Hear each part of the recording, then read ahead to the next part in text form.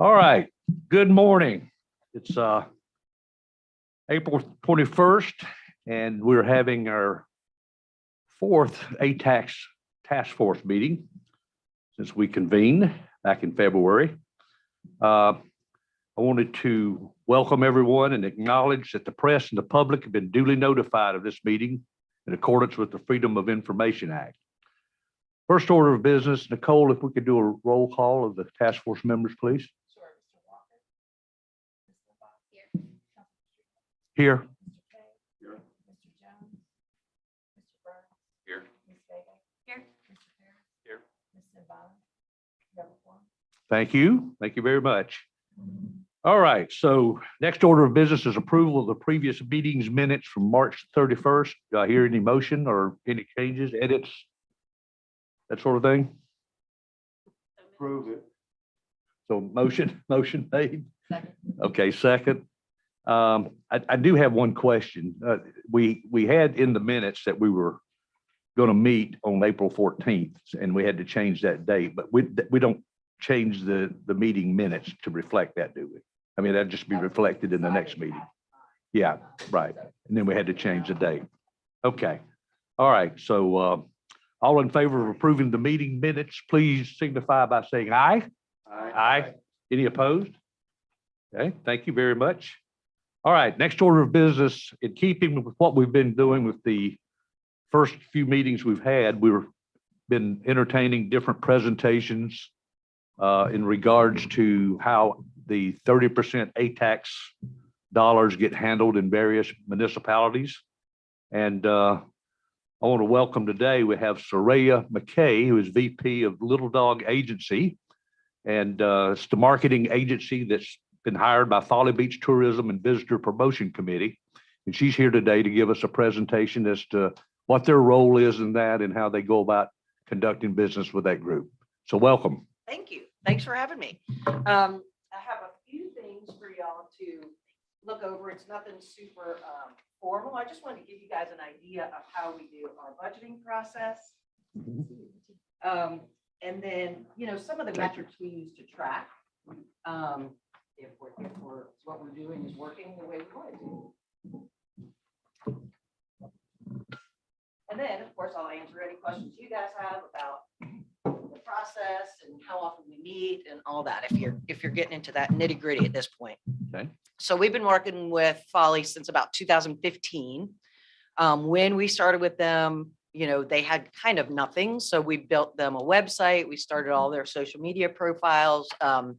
We started an email newsletter, database going, and then just started getting the advertising out in various different ways. So what you've got here in front of you, the very first page in the packet is just a copy of our budget. So what we do, our fiscal year runs from July to June. So what we do every year is we'll lay out kind of what exactly we have to spend. And then my team goes together and puts together recommendations. We feel like this much should go towards this tactic, this much should go here. And then we kind of present that to the committee and we make our decisions and any revisions we feel like we need to make. And then we just go and start with our plan. We go back and meet with them every month, and we have plenty of different ways that we can show what's working, how it's working, the areas we're targeting, and the growth we're seeing there. So it's pretty good. A lot of the methods we use are digital, which is fantastic because in traditional media, which we do still use, print, TV, things like this, is very, very hard to track exactly what happens from the ad. But with the digital mediums, we know exactly.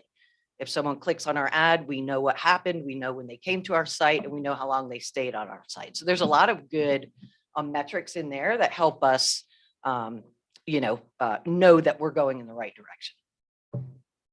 So this budget, basically what we do is we have different categories, if you will. We have an app, we have, fees for the email system that we use, social media promotion, that's advertising and things like this that we do on social media. We do Google AdWords, which is search marketing. I'm not sure if you guys are familiar with that, but basically if somebody types in best beach in South Carolina, we want Folly Beach to come up first. And then we go into this targeted digital. So what we do here is we're able to narrow down the people we're targeting based on a variety of criteria. So we can do geography, age, income, behaviors. We know if they travel a lot, things like this.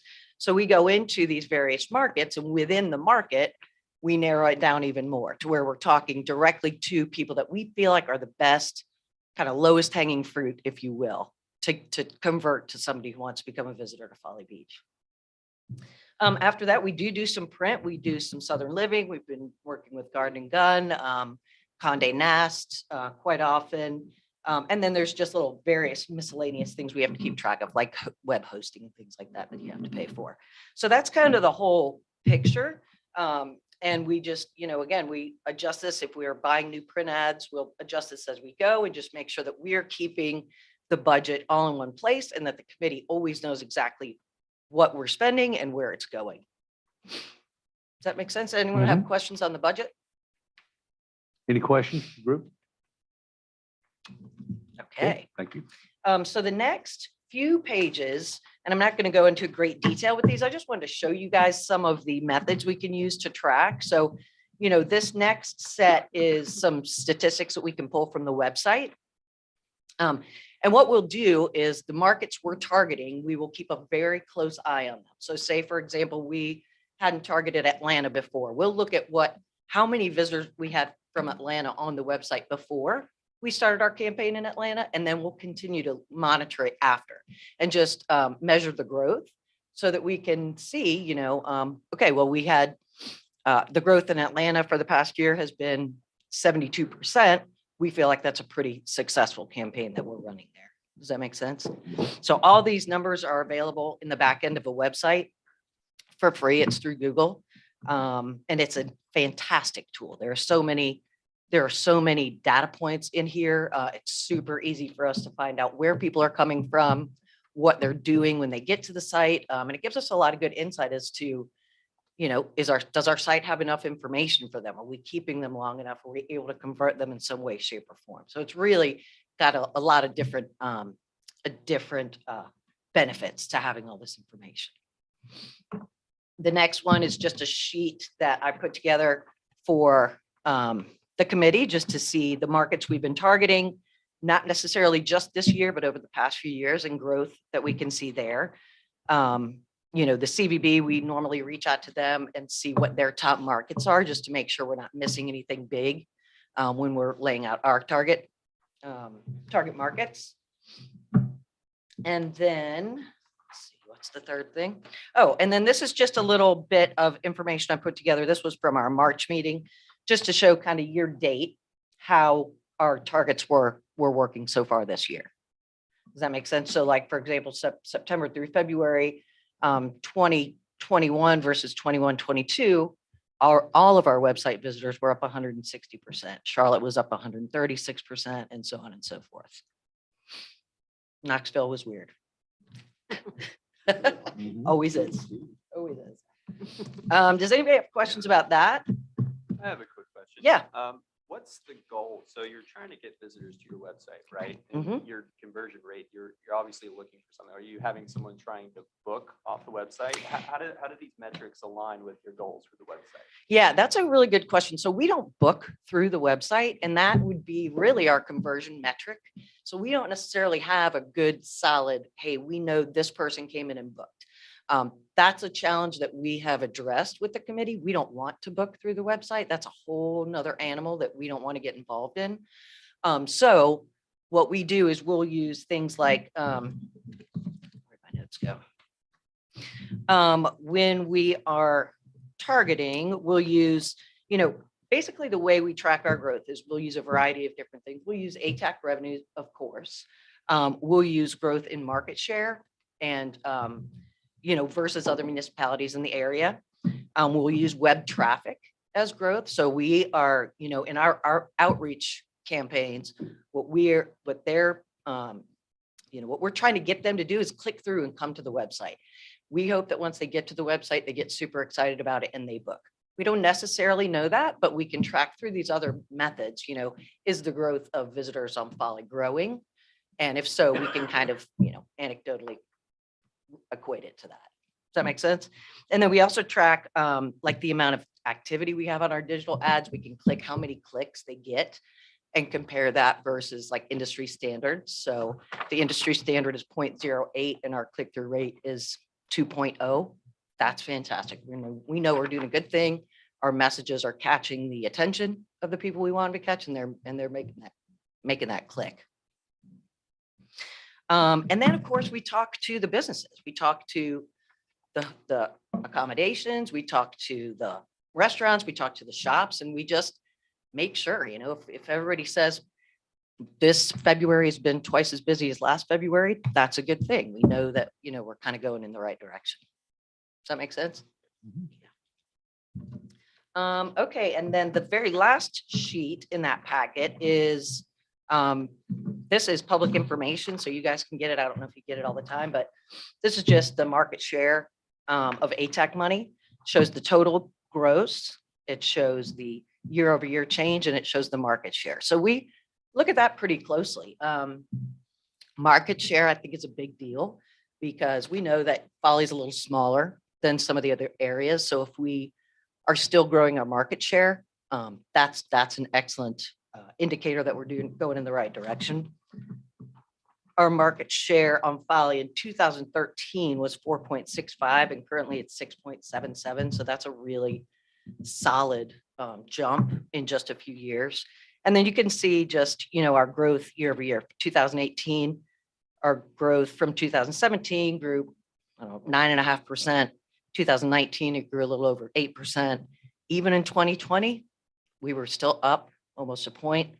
And then, of course, in 2021, we were up 53%. So in 2020 and 2021 have ruined all my analytics. It's looking at apples and oranges now. Let's see what else. When I was talking to Ray, he mentioned, things like how do you guys pivot, for example, during COVID when everything went awry. Of course, we were talking to some markets that were further away, New York, Chicago, Philadelphia, places like that. With nobody able to get on a plane, we really had to come together and make some decisions. So we basically converted our entire campaign to be drive markets. We called them 2-tank markets. So somebody that can get to us with filling up their gas tank 2 times or less. And then we changed all of our messaging to say, if you're working from home, why not work from the beach? If you're doing school from home, why not do school from the beach? We put up a page on the website that's called an education. It's kind of like a combination between school and vacation. And it just had all of the educational opportunities that are available on or around Folly and in the Charleston area, so that if people bring their kids there, they can study during the day and then kind of continue it almost like a field trip in the afternoon. So, being able to make, decisions like that and turn on a dime, I think is a very, very valuable opportunity. And with any of these digital mediums, it's super easy to do that. In the print world, you're submitting an ad probably 2 to 3 months in advance. So that's pretty hard to change that quickly. But with these digital tactics, it's super easy. Let's see. And then, of course, we also started pushing weddings really, really hard. As soon as things opened back up, knowing that everybody had to cancel their wedding the year before, or maybe got engaged at that point in time, and venues were scarce. So we just started pushing, hey, rent a beach house and do your wedding out there and things like this. So, and that's been really, really successful still to this day. And then, of course, the website and social are really, really powerful tools for us. It's just great to have that conglomerate where everything about Folly is in one place and people can find it. The businesses love that we showcase them. We try to be we have, in fact, a spreadsheet where when we're highlighting businesses, we go through and make sure we're, being fair to everyone. If we're posting on social, they just get a ton of response from that. It's just great. The business community loves it. And we're pretty much in touch with them a lot. So, which is great. They know that they can call us if they have something change in their restaurant. They know that they can just give us a call. We'll change it on the website immediately. And it's fantastic. So it's just a good partnership. And a good way to get information out. We also answer questions through the website. If people are calling about, can we camp on the beach, things like this, we can reply to them and just let them know the scoop. And it's good. And people feel like, hey, there's a real person over there that's answering me. It really goes a long way. So Ray, do you charge for membership for any businesses? Okay, so there are two organizations on Folly. The TVPC is the tourism board, but Folly Association of Business is a business organization. We do charge. It's been $50 a year, but we're up to $100 a year. Mhm. However, that's just to join FAB. We do not charge anybody to be on the website. Mhm. Anybody who's on the island is absolutely eligible to be on the That website. was really my question. I Yeah, didn't yeah. make it clear. Thank you. Absolutely. Okay, I think that's all I've got. Questions? If we decided to go with you, how would you set this up? I mean, there's an initial fee, I guess, that you pay to become part of your organization. Yeah, so what we would do is, the way we work generally is we just have a monthly retainer. It doesn't change. We cover everything under one bill. We're not a big fan of surprise bills. And That's do, the 2,700. exactly. At the beginning, if we're building website and things like that, we will charge those separately as a project fee. You know, the hardest part for this is going to be getting that website set up for you guys and having sort of a central location where the businesses can submit their information, or having people who can make sure we're going down and tracking down that information. I don't think it's going to be crazy difficult, but that would be the hardest, kind of thing, in my opinion. But How long do you think that would take? I would say to build the website and get all the information up, probably 3 months. The good thing is there's a lot of good information that's available on the web already. For example, if every place has a Facebook page, we can go to their Facebook page and pull that little bit of information out of there, like the About Us. So it's not going to be terribly hard to find. It's just going to be a little cumbersome. Tell us a little more about your relationship with, I guess, collegial relationship with CVB. You Yeah. talked about, that you work with them some, contacting them in regards to destination marketing. Yeah. Can you tell us a little more about that? Yeah. So CVB plays their cards pretty close to the chest. But we, as a body who donates at least some portion to them, and we buy ads from them for Folly Beach as well, we feel perfectly confident to say, hey, can you give us a little bit of information about what's going on the back end of your website? So, I've been doing this for 17 years. I pretty much know the folks down there. So it's pretty easy for me to call and say, hey, we're putting together this for Folly Beach. Can you give me some information on where your people are coming from? What are the age ranges and things like this? And sometimes they give us lots of great information, and other times it's not that great, but we just deal with it. But there are other methods. There's a good website called charleston.com that gets a lot of traction. So I know the owner there, so he can give me information on that. Plus, we can just kind of look around through some of the other, we can talk to the hotels on the beach. We can talk to some other folks to find out where people are coming from. Charleston.com, Robert Smith. Yeah. Mhm. Yep. Know him well. Yes, he's a good guy. Mhm. Good friend of mine. Yes.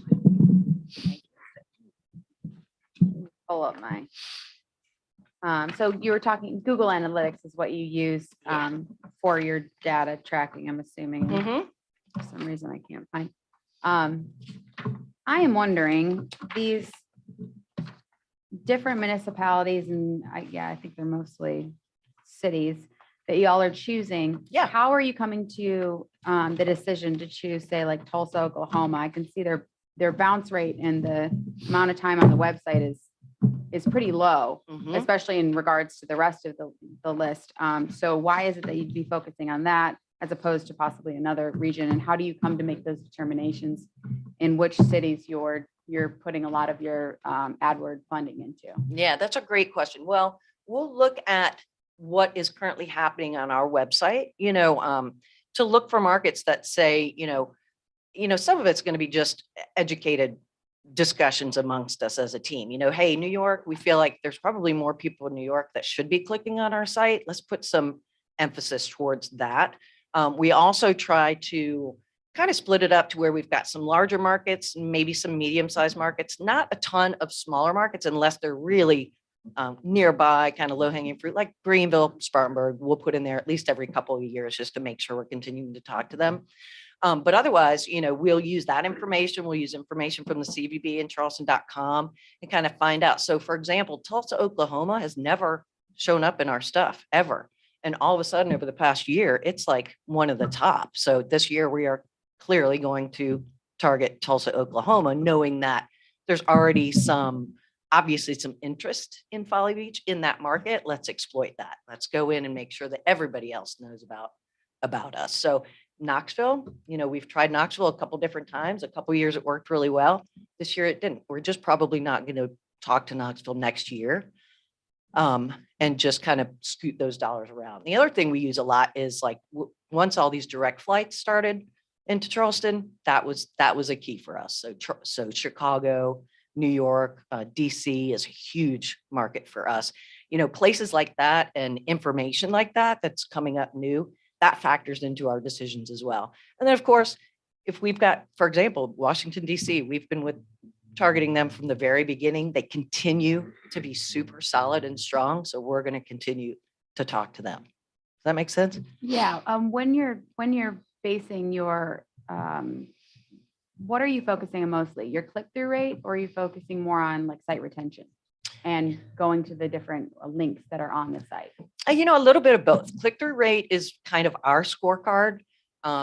Really what that tells us is about the messaging. Is the messaging doing what we want it to do? And is that creating a click-through rate? If they're clicking through and then they're going to the website, then we want to know how long are they staying there? What are they doing? How many pages are they looking at? Things like this. And just kind of, mulling all that information together to come up with, knowledge about if what we're doing is doing what we want it to do. Does that make sense? Thank you. You're welcome. I had a couple of questions. If you could elaborate more on your email marketing efforts, Mhm. frequency, content, who's on the list that receives the emails? Yeah, good question. We have about almost 20,000 folks on the list.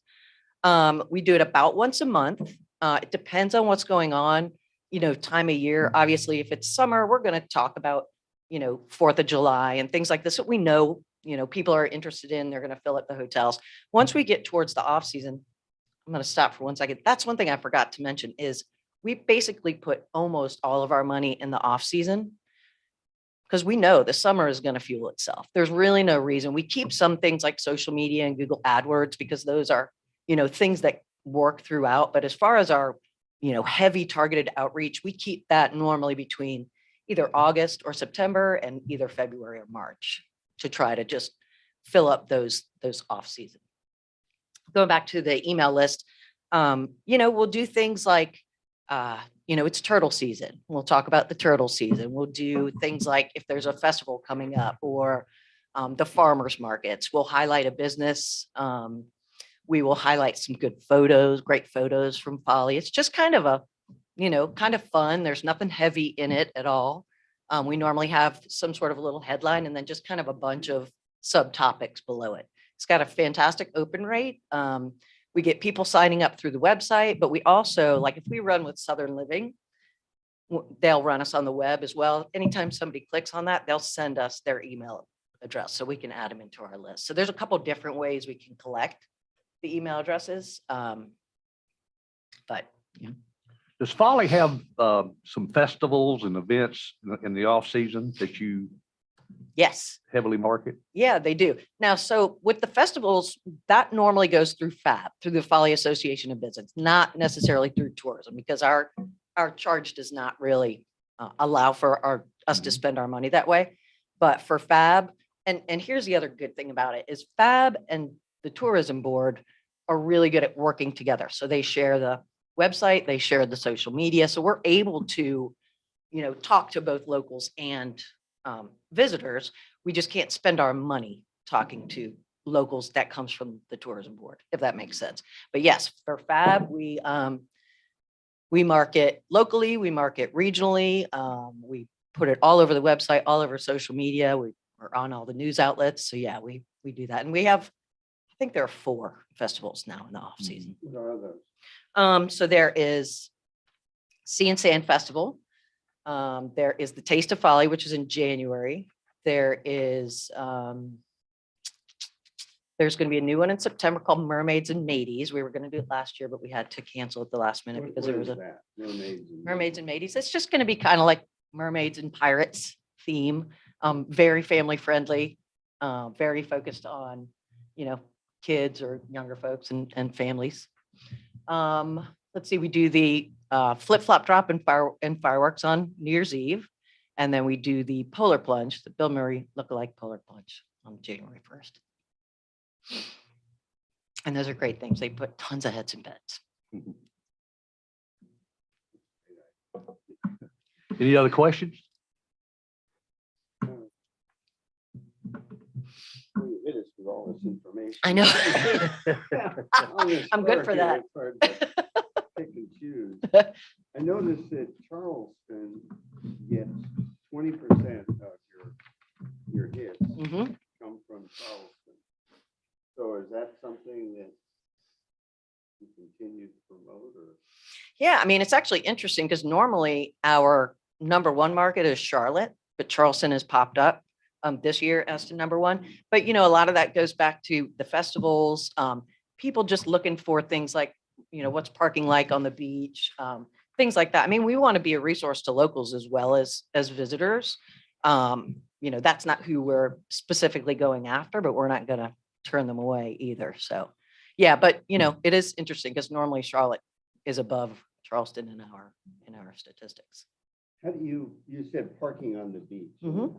How do you handle that? Well, so it's interesting because our folks will answer, we get a ton of email questions through the website. And basically over the years, we've just started ourselves a list of, this is the answer to this question, can you camp on the beach? What's parking like? So we'll just lay out for them, hey, if you go up Center Street and turn left, you'll see paid lots here and here. This is where you can park for free, and just kind of give them, the lay of the land when it comes to parking. We also make sure to be very conscious of the city and say, look, all wheels off the pavement or you are going to get a ticket. That's just the bottom line, and it's good because we have a really excellent working relationship with the city where if we don't know the answer to the question, we have folks over there we can ask. If they have some initiative that they're pushing, they can let us know and say, hey, can you kind of help us get this out there? Like the sea turtle thing is a really big issue for everyone out there. The litter issue is a big thing for everyone out there. So we all work together to make sure that we're putting out the information that's important to keep the beach safe and clean. What's your relationship like with Turk? Turk. Yeah, Oh, okay, refresh my memory what Turk is again. That's the state organization? yes. I personally don't have any relationship with them. What we do is we will, when we make our plans, we'll submit them to the city Mhm. and the city will approve them. Or if they feel like they need to go and run it past Turk, they'll do that for us. So I don't necessarily, I'm not sure if maybe Carl or any of those guys have direct contact with them, but I know the city does. Other questions? Yeah. If for some reason we decided to try your company, Mhm. about how much money would we need to allocate to make that reasonable, viable, doable? Yeah, to like set up the Yeah. assets and things. Yeah. I mean, for a website, you're probably going to want to allow maybe 5,000 to 7,500 at the beginning. That's a one-time fee. The social media accounts won't take long to set up. I mean, maybe $1,000. And then after that, everything's covered under that retainer. So $8,500 is if we decided to try you out. Yeah. Is what it would run, Mm-hmm. Plus the retainer. Plus a retainer, Yeah. right. at $2,700 a month. Mm-hmm. So we would need to set that aside. Yeah. So I would say for kind of the initial, the initial setup of everything, maybe allow 10,000 and then just account for that ongoing service retainer. Now, would you help us? We don't really, I don't think, have nearly the activities that Folly has Mm-hmm. to attract people here. So do you help set that up, or is that something that Isle of Palms, the city council needs to come up with sand day or? Yeah. whatever. We could do any of the above. I mean, we could most certainly, set the whole thing up. I'm not an event planner, but we know some great event planners that could kind of work through the nitty gritty. If the city's got something that they want to do, we can hop on board just to help them promote it. There's a lot of different ways to put things like that together. And I know sometimes Folly gets a reputation with their festivals. We did away with the bad one that everyone remembers. What was that? That was Folly Girl. We don't do that anymore, but we've really been focusing more on family friendly. But there's a lot of different things you can do. You can do sip and stroll kind of things. You can do art festivals. It doesn't have to be let's close off the street and have bands. It could be, there's a lot of different ways to make an event that's really attractive to people that are going to want to come and stay for 3 days to a week. If we have an week-long art festival, that's going to put a lot of heads in beds. Now, you mentioned the event planner. Mhm. Now, that would be extra. It would. That would go to somebody that does that. So, Exactly. and you have Exactly. Someone who does that. Uh-huh. You What- recommend? Yeah, What's the we know recommend- several really good ones in the area. And basically, the way they normally work is they'll get a fee and then they'll take some sort of a percentage of ticket sales or, whatever the revenue generating arm is. So they've got some skin in the game too. Any idea about what they charge to start out? I think it's gonna vary person to person, but I can ask around and shoot you guys an email. Just give you a little roundabout. We may need help. Yeah, I'm sure, A I would, professional that knows how to do that. and Yes. could be in charge of making it happen. yeah, you're definitely gonna want that because there's a lot of little things that you're just not gonna think about if you haven't done this before. Insurances, porta potties, things like this. So you definitely want to have a professional do it. But like I said, there's some really good ones. I don't feel like they charge a ton. I mean, I think on Folly Beach, we pay about 3,000 for the initial, that's just her fee. And then she keeps a percentage of what we bring in. So again, if it rains, if it's not that great, she doesn't make as much money, but if it's a big blowout, she makes a lot more, but so do we. A lot of pieces. Yeah, there are a lot of pieces, but once you do it a time or two, it kind of starts to go like clockwork. Any other questions from the group? Soraya, thank you so much for being with us today. Thank you. I didn't think I was going to be nervous, but clearly I was. So Yeah, you apologize. We really appreciate you being here. Absolutely. Do you Mount Pleasant too? I do not. No, I mean, your company do Mount Pleasant. No, we've worked with them on the farmers market a little bit, but not like the city of Mount Pleasant So marketing. your beach community is Folly, no other communities that you work with? No other municipalities. All right. Thanks, Okay. y'all. I appreciate you having me. Thank you, Soraya. All right. Good presentation, good information. Yeah. I'd sent a note out to everyone, I guess it's been a couple of weeks ago now, and we had to change the date anyway for the meeting, but and this is really to Curtis's point, the last meeting we had. I mean, really wanting to start to think about what we want to look at in terms of recommendations going forward, what we felt like we needed to have that we would eventually take to the city council for consideration. So to that end, what I'd like to do is have a brainstorming session, basically. And so the second part of our agenda for the day is going to be devoted to just that. So I'd like to entertain any ideas, recommendations from our group and see if we can clearly define, as well as we can clearly define, what we'd like to see in our DMOs going forward. And so I did ask in the email that I sent out that you give that some thought, and hopefully you did. And so I will open that up at this point for any ideas, recommendations, open discussion about some of the things that we ought to go ahead and start considering going forward. Okay? I'll go ahead and start then. Okay. I think this has been said many times, but I think that one of the main things we need to focus on is finding somebody to help us brand Isle of Palms, brand it as a destination, give it a name, give it colors, give it a logo. really do that in a ground up with a lot of collaboration, taglines, images, all the stuff that comes before you can even dive into the website and the digital part. I think that's for me, I think that's the first step in this process is having that as a goal. Even before we talk about measuring things, I think that defining is going to be the number one thing that we should focus ATAX money going toward, however that may be. Would that be like hiring an event planner to help you? I mean, how are we gonna do that? Well, I mean, I think there's all kinds of options out there. I think that the CVB does a really great job for Charleston and Greater Charleston, but we don't have our own name, our own brand. I've said this before, but I just hope that people, when they think of us, they don't think of the yellow trash can. Need more of them. We do. And Trina, I think that's a good point, but one question I have is that something that we need to spend the 30% that's for tourism related promotion to a DMO? Or is that something that we can fund elsewhere? Is that something the chamber could fund? Is that something that can be funded elsewhere in the budget? I think the bigger question is, what are we doing with the 30%? And how are we handling that?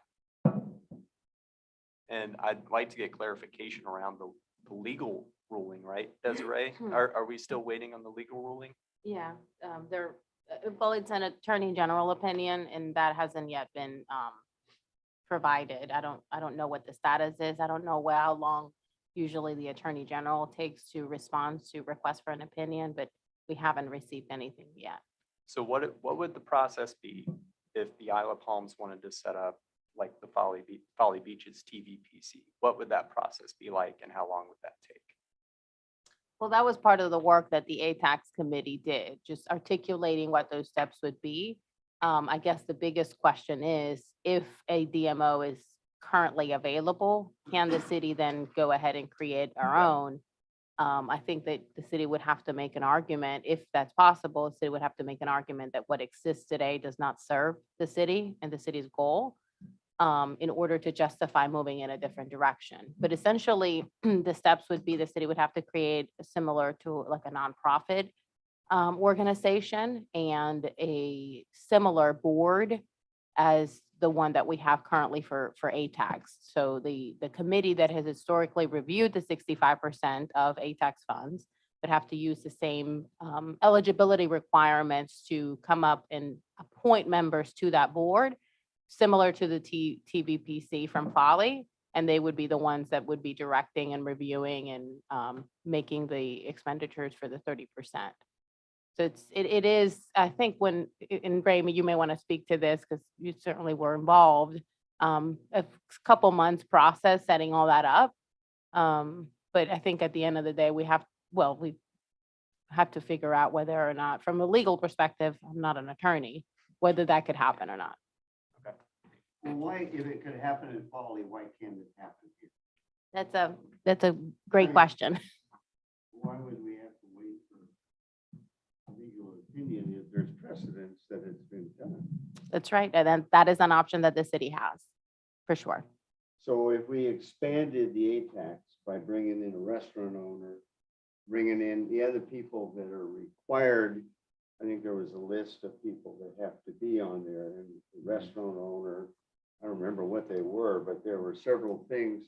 So if you have an existing organization, ATAX, can you add the people that are needed so that they would qualify? You have them already, I don't know if you want to mess with that or not, but.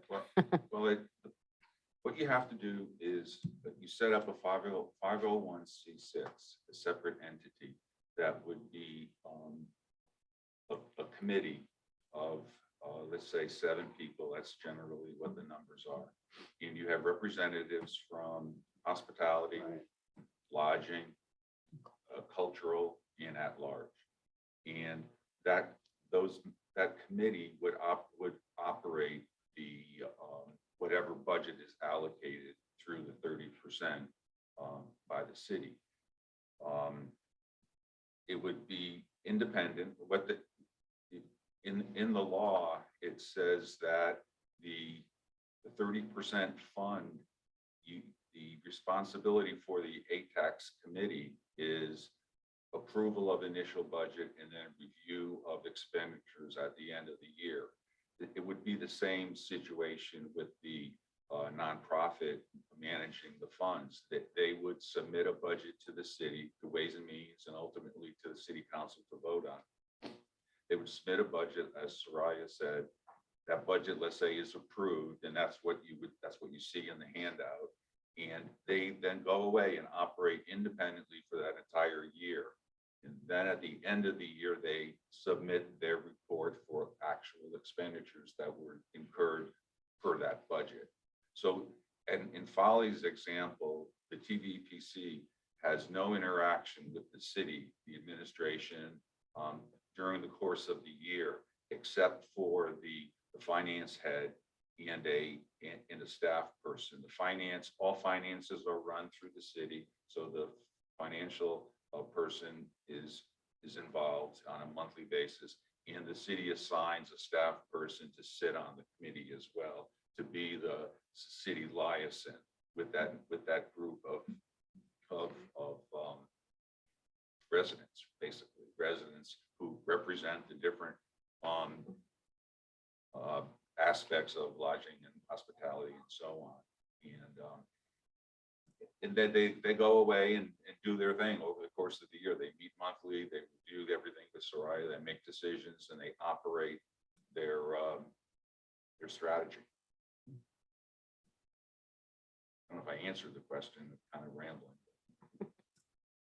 But it's an independent group. It's not the same committee as the ATAX committee. They would be appointed by the city, and it would go through the process just like the environmental committee went recently. The city goes out for a request for applicants, collects all the applications for membership in this new committee. They would be reviewed by the personnel committee. They'd come up with their recommendations. They would interview people as well, come up with their recommendations, submit the recommended staffing of the committee to city council, then they would vote on it. And that's how that would be created through the whole city process that already exists. Well, and I don't, if I may, Chair. Sure, yes. I think we're trying to solve something that would come as a second phase. I Right. think that the purpose of this conversation is to identify what is missing, if anything, from the current structure that the city has and has had for several years. What is deficient? What do you want to see that you haven't seen or haven't been proposed to see? And what is the best avenue to get to that, whether it's through an enhanced relationship with the CVB, whether it's with the creation of a separate, just like Ray spelled out, a separate organization that would manage those funds directly? Is it a combination of working with the CVB and a local nonprofit that would focus on IOP? I think that that's what we're trying to get the group to talk about. What do you all want to see that you haven't seen, and what's the best path forward? Kind of articulating what that is. So at this point, then, we really probably wouldn't be able to do a committee. I mean, set up a organization that could in fact do those things. We're just kind of coming up with suggestions on things that we would like that aren't available on Isle of Palms, or that would improve quality of life on Isle of Palms. Like she said, the different activities that we don't have. So that would, what Ray spelled out would be the process that the city would follow if city council decides to create a separate organization that would manage that 30% funds without sending them directly to the CVB, which is our current DMO.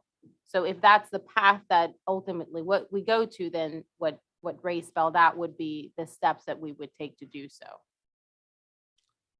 Let's refocus on this. Yeah, it's exactly what Desiree said. I mean, what we're going to get out of this meeting here today is coming up with ideas, recommendations as to what we want to see of a DMO going forward, or DMOs. I mean, just those kind of things.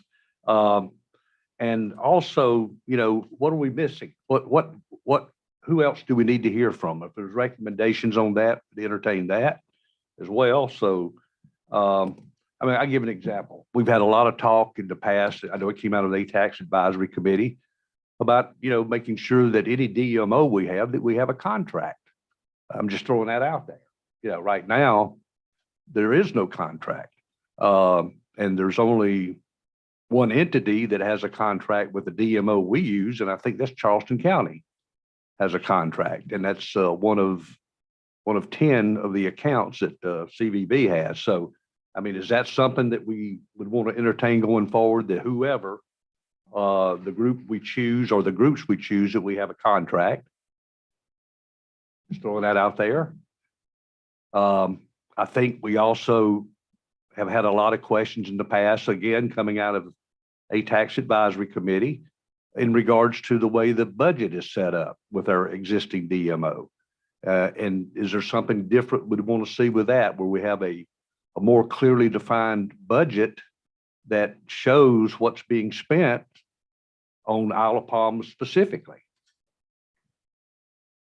See a lot of head nodding, so if anybody I'll Oh, wants speak to to weigh that. in, please do. Sure. I definitely agree. I think we need to see more accountability on a line item basis of how we are spending our money. And I'd like to see more of a local focus than we've had before. I think that needs to be a priority for Isle of Palms. We've heard through presentations that there hasn't been equal representation in the past. And I know the CVB is moving toward that with the creation of their new website for us, but we haven't been able to see that website and experience it as a user. So I still have some questions about how are users going to experience that website? Are businesses that aren't CVB members still going to be well represented on that website, easily accessible? There's been an imbalance there in the past, and that's not the fault of those who have chosen to be CVB members. It's really the city's fault. We have not held them accountable to do that, but I think that's something we need to do moving forward. I'd really also like to see more flexibility in how we spend our money. Soraya kind of highlighted that it's important to be able to move with whatever current events are going on. And I think that's something that we don't get with our current relationship. So I'd like to see us explore options that would allow for greater flexibility. Good comments. Anyone else want to weigh in? Yeah, I'll have a couple of comments. Just so everyone understands, the law requires the DMO to submit a budget for approval at the beginning of every fiscal year. CVB gives us a document which the ATAX committee has not considered to be a budget. They refer to it as a program of work, and basically it's an allocation of our money to functions that they do, how they operate. So the ATAX committee did not approve their budget for fiscal 22, and so that is still sitting there. Although the city council did approve the budget about eight or 9 months into the year. But regardless, to Sarah's point, we have no real budget. We have no idea where our money is being spent. When at the end of the year, when they give us the accounting, what they give us is a financial statement, which really is just like a P&L statement with no breakdown of what expenses at all. It's just a financial statement.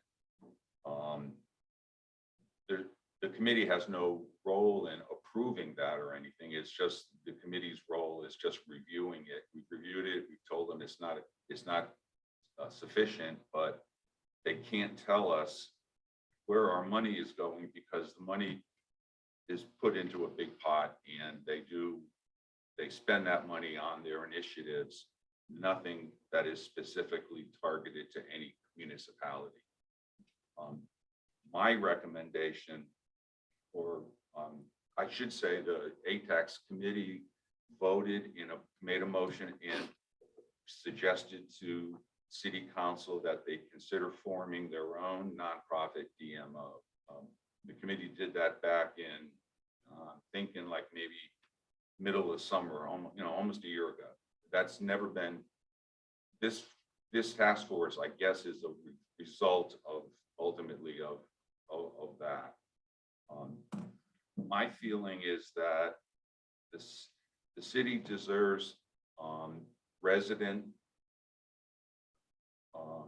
people who are residents of the city having a say in how that money is being spent.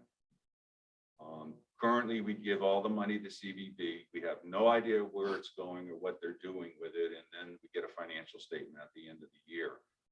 Their metric basically is growth of ATAX revenue, and that's a meaningful metric.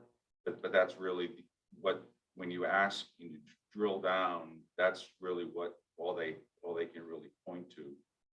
So my feeling is you can do one of like three things. You can stay the course, do what you're doing and have been doing for 20 years and make no changes. Or the city can form its own DMO through the personnel committee process of applications and staffing and all. And that committee would then hire their advertising agency like a little dog and go on with their business. In that scenario, everyone who has considered that option has always considered that the money would be split in some way between CVB and this DMO, this newly formed DMO. And everyone agrees that there's a role for CVB. They do good work on a number of things. And so they have value. But the idea that they should get what's going to be close to $1 million this year, it's kind of it doesn't, I just got to ask yourself, is that money well spent? So, and then you have the third option would be some kind of a hybrid thing that is conceivable that with the newly formed Chamber of Commerce,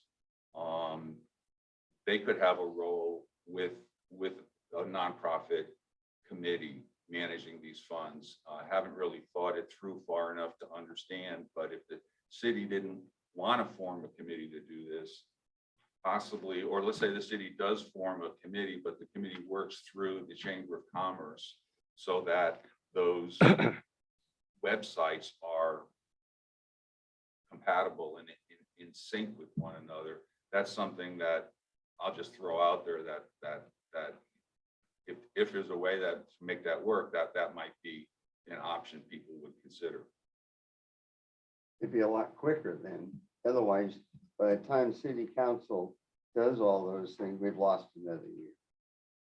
Well, the city council would have to approve it because you'd be putting 30% money into that entity. Yeah, I mean, that ultimately, any of these recommendations will go back to city council to consider and approve or disapprove, amend, whatever. It's what we need to concentrate on is what we would want to see in a DMO or DMOs that are put in place, and what kind of metrics we'd like to have, what kind of measurements we'd like to have, what kind of contract, if any, we'd like to have. Those are the kind of things we need to be considering today. I mean, what Ray just covered at this point is a really good recap. I think the first meeting you covered much of the same area as to how our relationship has been with CVB and how the ATAX Advisory Committee had challenged them on a number of things.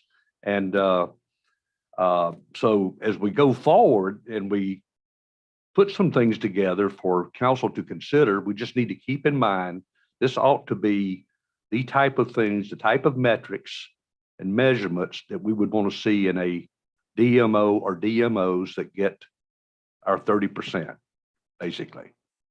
And, is one of the recommendations to form another DMO. If that's something we want to recommend to council, we'll do it. Sort of the hybrid model that Ray was speaking of. So if we've got other recommendations on that, any ideas, let's toss them out here. I think in the immediate term, it would be coming up with those metrics, what we want to see from our current partner in the CVB. How can we repair that relationship? Because that's the quickest thing we can do. We can do that a lot quicker than we can form our own DMO and get that process rolling, get a whole new website set up. I mean, we can still get a website set up outside of the 30% if that's something we would want to recommend, and that might be a good idea. I think the chamber is actually working on that right now. But I think the first step is seeing what we want out of the CVB, because from what I've heard, they haven't been tracking those metrics. That's not how they've been operating their business. When we ask, what's the allocation from the budget? I think we need to give them time to pivot, and we need to give them direction. They've had a couple of years to do those things. And if it wasn't for the uproar that's coming about now, they still wouldn't bother. There's no reason for them to change unless they were forced to change. And so I think that the combination of having us put aside money to put together our own thing, plus asking them to be more specific on what we want. It just seemed like the time just ticks away and ticks away. And we're gonna go another year and we'll be in the same boat. Yeah, I kind of agree with that. Time is certainly of the essence, but we do need to take our time here because this has been an ongoing issue. I think we need to figure out what direction we want to go here, what kind of metrics, as Rusty was saying, we want to hold the CVB accountable. And do we want to go a different route as well? Are we going to do some sort of hybrid thing where we split the money in the beginning to see how that goes, but have some highly measurable items and hold whomever it is accountable for those things? That's important. That's never happened. It's just kind of been this, we're not satisfied, but then there's no change. So I think putting dollar amounts to that might create change, possibly. Anyone else? And I don't know. I do think that the chamber should make some sort of presentation. I don't know if I can really recommend that, but I think that knowing that they're already set up as a hybrid DMO and Chamber of Commerce, I think that it would be a disservice to not see them present what has been going on within the chamber and the development of a website that's IOP centric, visitor centric, resident centric. I mean, it really should be something to consider. How's the group feel about that? Yeah, for sure. A lot of head nodding. Good. Okay. I will say this, I mean, definitely, the ATAX Advisory Committee last year really issued some challenges for CVB. And as a result of that, they did come back and they offered to set up an Isle of Palm specific website, if you will, and also make membership available free for businesses out here also through that website.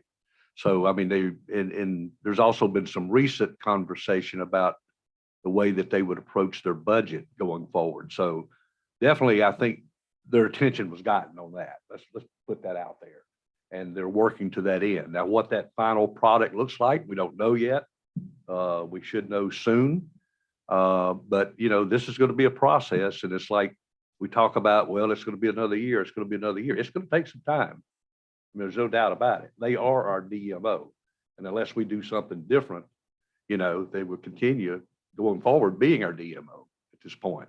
And so we just need to follow the process and hopefully, I don't want to shortchange it, but hopefully we'll be able to pretty soon be able to pull all of this together and go back to city council with some recommendations. So, So the existing Charleston Chamber of Commerce could be a DMO. It is technically a hybrid DMO and Chamber of Commerce. That would qualify for a DMO. I mean, that would be. Yes. were you referring to Charleston or our own Isle of Palm. Isle of Isle of Palms? Palms. Yeah. And that's made up of members that are actually collecting that tax money. And Mhm, would probably like to have some say in where it does go, mhm, like Wild Inns and the hotels. mhm.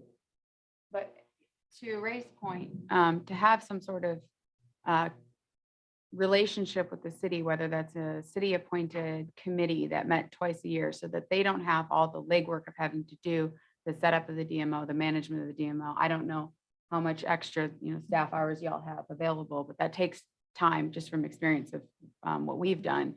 It's a full-time job on top of a full-time job. It's a lot. And so having a relationship with the city from a committee level that had a relationship with whatever DMO that we decided if we split with the CVB, not completely split, but split and had, say, two separate DMOs that received this 30%, you could have a relationship where it would be kind of like Folly Beaches, but not completely managed by Folly Beach, the city of, to take that administrative burden off of the city. That makes sense. So are you a 501? C6. You are. Mhm.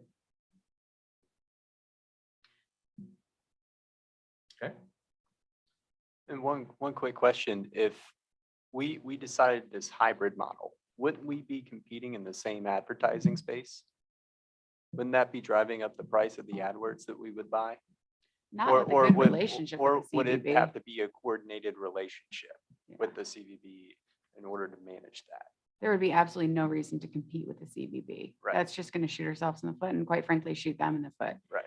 I think you have a locally driven force and you work closely from kind of ground up with the CVB while not be under their control or, being a completely separate entity, but having a good relationship. I mean, look, they're awesome at what they do from a Charleston perspective. Look at how Charleston has grown. Look at all the flights that are coming in and the awesome press we get and the great image we have. I mean, it's obviously working what they do for Greater Charleston, and it does help Isle of Palms. But at the same time, Isle of Palms needs its own driving force. And to work closely, I think would be a really beneficial step. And I think we all could agree also that we don't necessarily want to bring more tourists into the island, particularly, I mean, they'll come anyway during the summer season, but, we're looking at, the shoulder season or the off season, the small off season that we have around here, which is rapidly shrinking, and maybe looking at fine tuning that, getting more people in that regard, possibly. But, but the real goal being, that people that come in here and stay overnight and pay accommodations taxes, that they're spending more, and maybe I think the average stay typically, from what I understand, is like three days when someone goes on a, sort of a mini vacation. So, how do we, in those 72 hours or 3 days, how do you get them to spend more?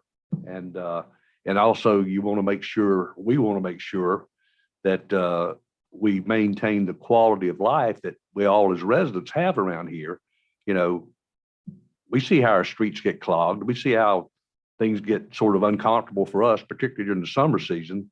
We certainly don't want to see the off season or the shoulder season be an issue where we have those same kind of problems in January and February that we have in July and August. So. To that point, Rusty, I think that's a great point. That's something we should keep at top of mind is that tourism management model. Having somebody who comes head in a bed, they're not the same. We're looking for a higher quality visitor who are going to spend more money rather than quantity, and focusing that. And that's all in really branding and in that part. We don't necessarily need more tourists. I don't think any of the residents would be happy with that. And quite frankly, the tourists, if they're the visitors here, they're, having trouble getting around because there's so many people and there's lines everywhere, they're probably not going to want to return. So that management is key to this. I mean, it keeps it sustainable. This has always been an island that has thrived in tourism, but it has to be sustainable because we can't be overrun to the point that nobody's going to want to return or live here. I'd like to ask maybe if the city can provide some additional information.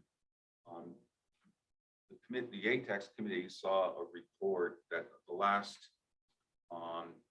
year that it was entirely identified was 2019, and that was a report of where our ATAX revenue is coming from.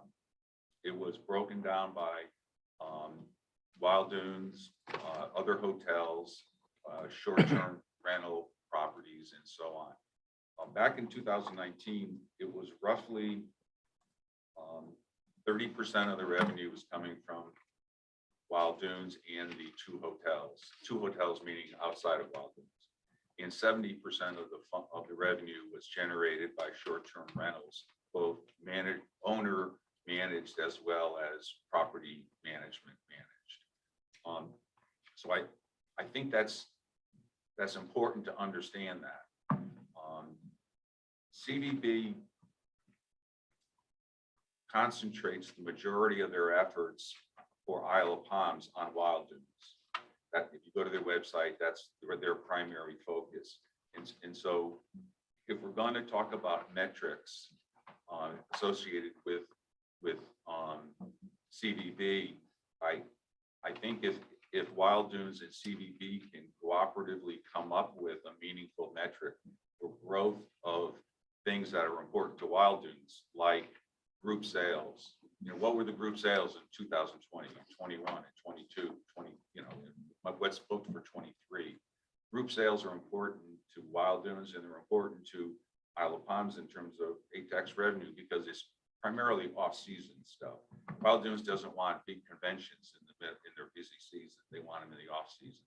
I think that's a real important metric. We can't get that. We don't have access to that data, but it exists. CVB probably has a piece of it, and I think Wild Dunes probably has the majority of it.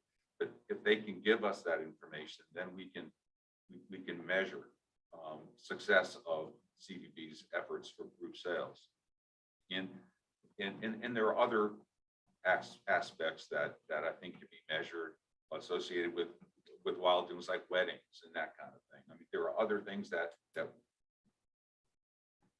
CVB would target as something that they're trying to pursue, that then you can measure the success of that pursuit. And like I say, I think that it's important to understand where the money is coming from, and then how you're spending the revenue, the 30% revenue associated with where that money is coming from. Is that something we can get? We can certainly ask. Okay. We had it for 2019. Oh, yes, I think that the distribution of our tourism ATAX revenue to the city, we can certainly update those numbers. And I think we already have, I'll double check and provide that to the community, to the committee. Okay. Yeah, it's going to be confusing because in 2020, VRBO changed their tax model.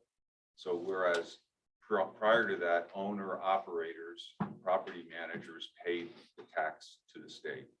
VRBO changed that in 2020, and VRBO pays that tax to the state. So the numbers are going to be wacky, but you can figure it out if you understand that change.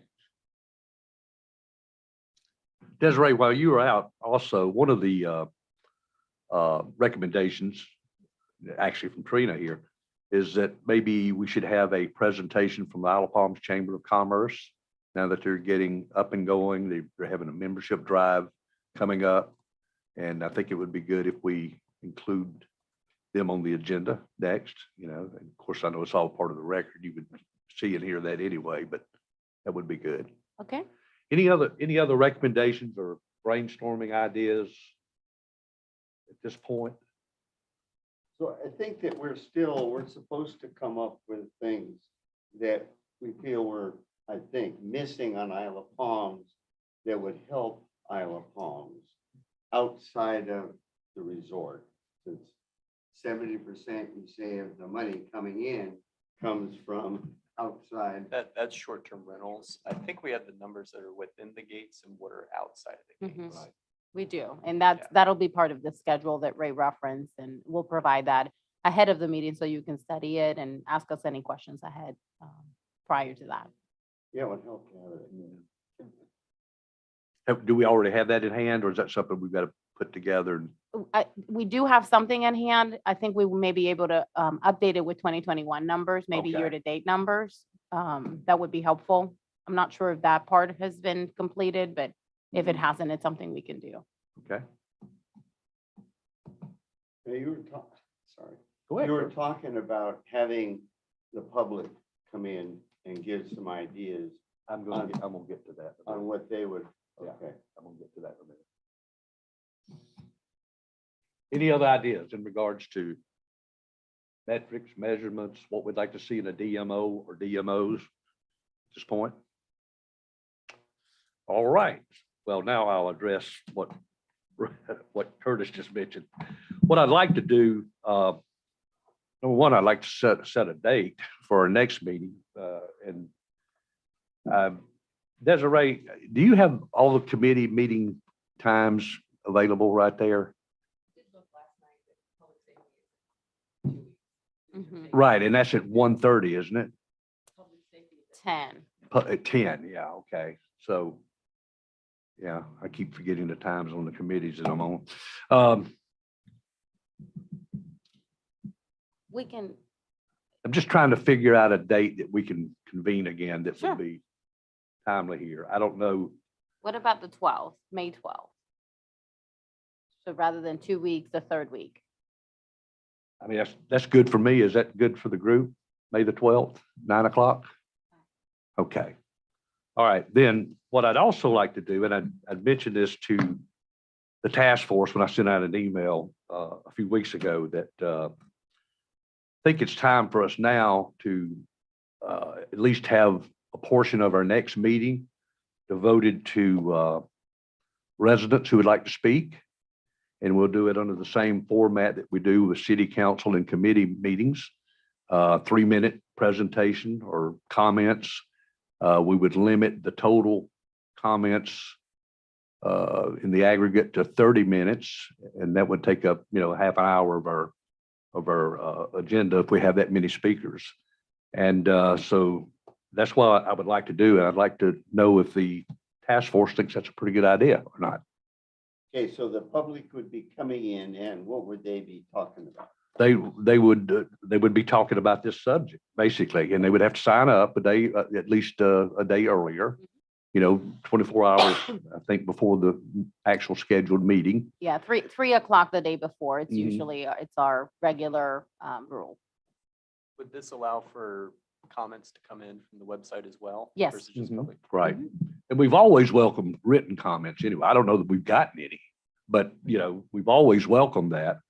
But I think it is appropriate. It is time that we do open the floor, if you will, for residents to weigh in on this subject, because I know that there's been quite a bit of discussion around the island about ATAX dollars and how they're growing and how do we spend them. And it's only fair that we make sure that we make that available to the general public also.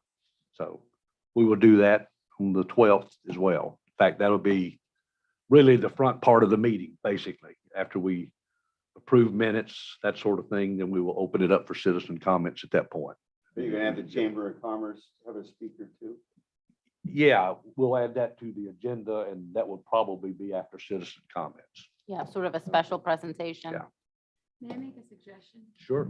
Just to make it maybe a little more accessible, and I know we offer the ability to write comments, but what if we put together some sort of survey that asked multiple choice questions that we were able to make public? And, it facilitated to a spreadsheet where it just counted up all the totals. That way, I think there's a lot of misinformation out there, and I think that it wouldn't be very productive sometimes to have like an open-ended question, but if you give multiple choice, then it would at least give them, choices.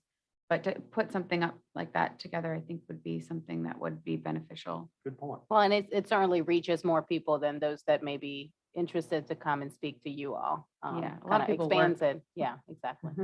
We'll have that as a takeaway then also, Sure. right? Okay, good. Good idea. So it would be a questionnaire on what ways that the accommodation tax should be spent. I don't know, I'm not exactly sure what the questions would be. What are we looking for from our residents? What questions should we be asking them? Sometimes to give just this open-ended, people might come in and say, it shouldn't be how it was. But what, what is it that we want out of them? And if we are able to articulate that into, say, 3 to 5 questions that had multiple choice answers, it might just be a more effective and measurable way to get feedback. Like, what kind of question? I think that's kind of things that we would decide as a committee. Oh, so. this Like, is what are we after looking the for? next meeting, you mean, or I'm prior just to? putting Maybe, it out maybe there. at the next meeting, we can come with some sample questions and get feedback from the committee. And again, articulate what is the kind of feedback or information you want to get from the residents of the island about what the next step is, and we can work on articulating what that is. And does that sound like a good plan? Is that what you're thinking of, just waiting another month? I'm not sure if time allows right now. I don't know. I just thought it would be a measurable way for us to I mean, do you pinpoint. think we could just come up with some questions right now and get Sure. this questionnaire out prior to? Floor is open. Go for it. So what is it that we're looking for Yeah, from residents? Yeah, That's a question. That is the question. or what are the residents, what things would they like that we don't have, that accommodations tax could make possible? You know, like Folly had these different events, and we don't have any on Isle of Palms. But like Folly said, that wasn't something that would be covered under the 30% because it's legally bound to create heads and beds from a marketing standpoint. Well, and And that wouldn't create more business if you had something to offer here that was special, I don't know. like an art show or something that wouldn't appeal to tourism. No, I think so. And so wouldn't that be part of accommodations tax? money? I would think so, but I'm not It seems, you can pretty much stretch that thing right. wherever you want. Yeah, I think we're getting off track a little bit here, though. We need to refocus here. So if we did a survey, asking the residents what they would want to see in terms of how the accommodation dollars get spent on the Isle of Palms, we would want probably a series of just 3 or 4, 5, 6 questions. I don't know, that we would put out, that people would respond, multiple choice or however you want to, what format you want to set it up, and just get some simple feedback that way so we reach more people. Because not everybody's going to want to submit written comments or come in and make public comments. Or get up and have to speak in front of a group. Right. So, But we can't seem to come up with any questions right now. I think it's because we're all in the spot, possibly. But maybe a question would be, what type of structure would you like to see going forward?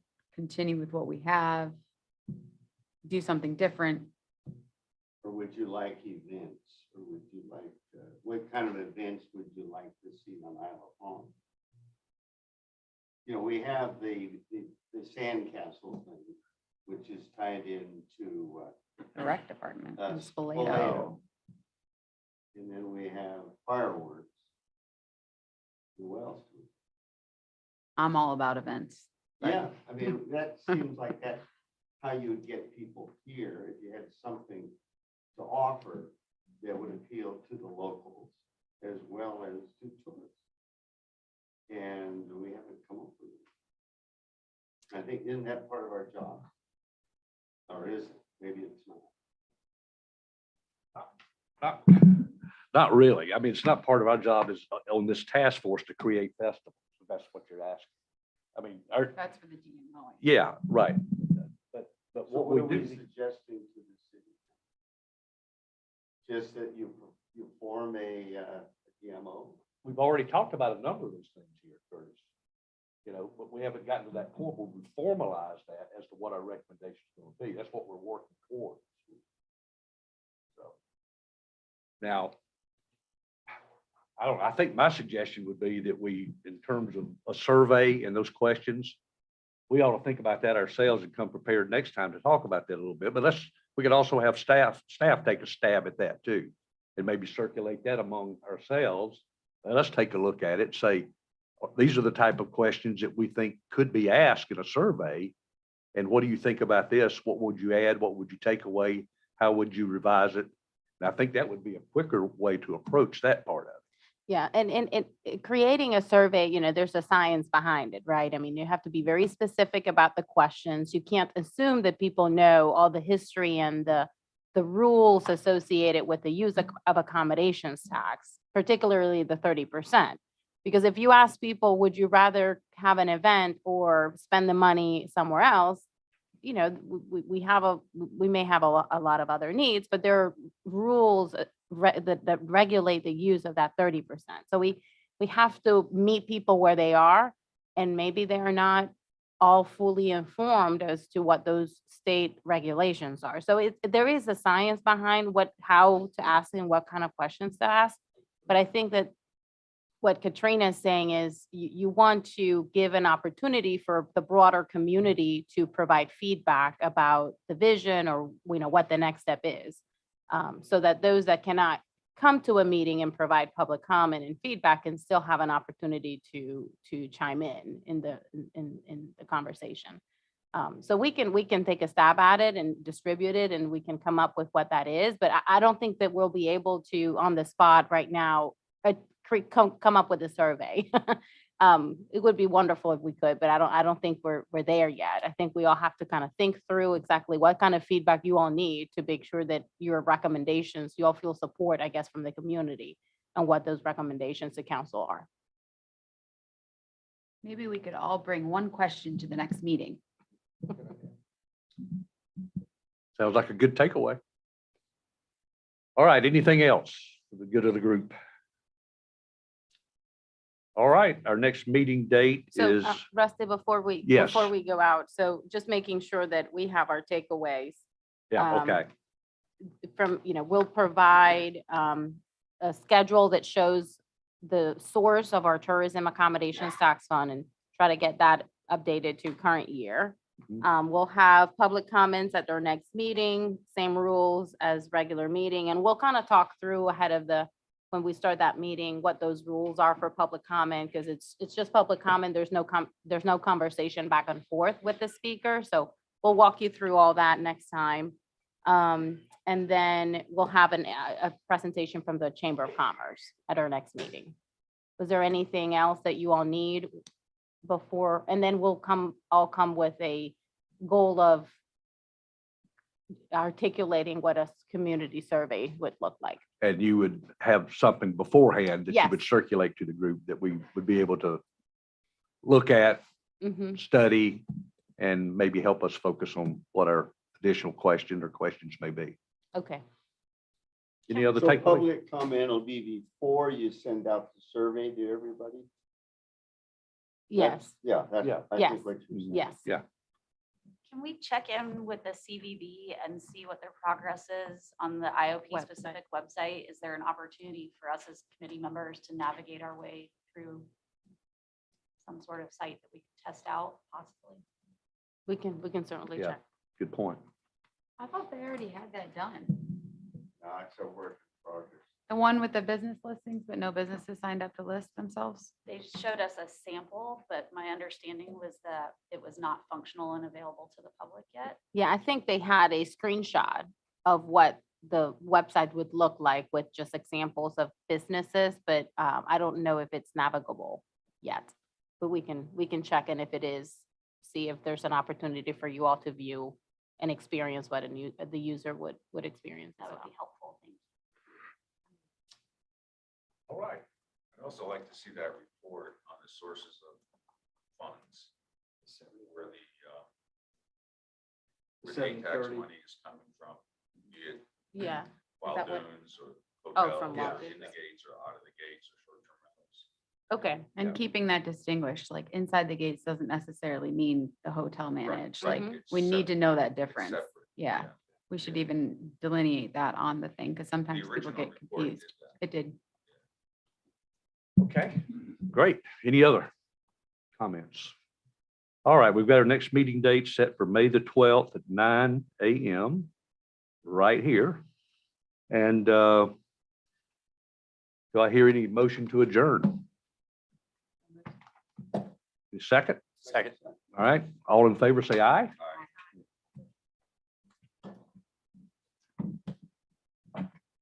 Okay.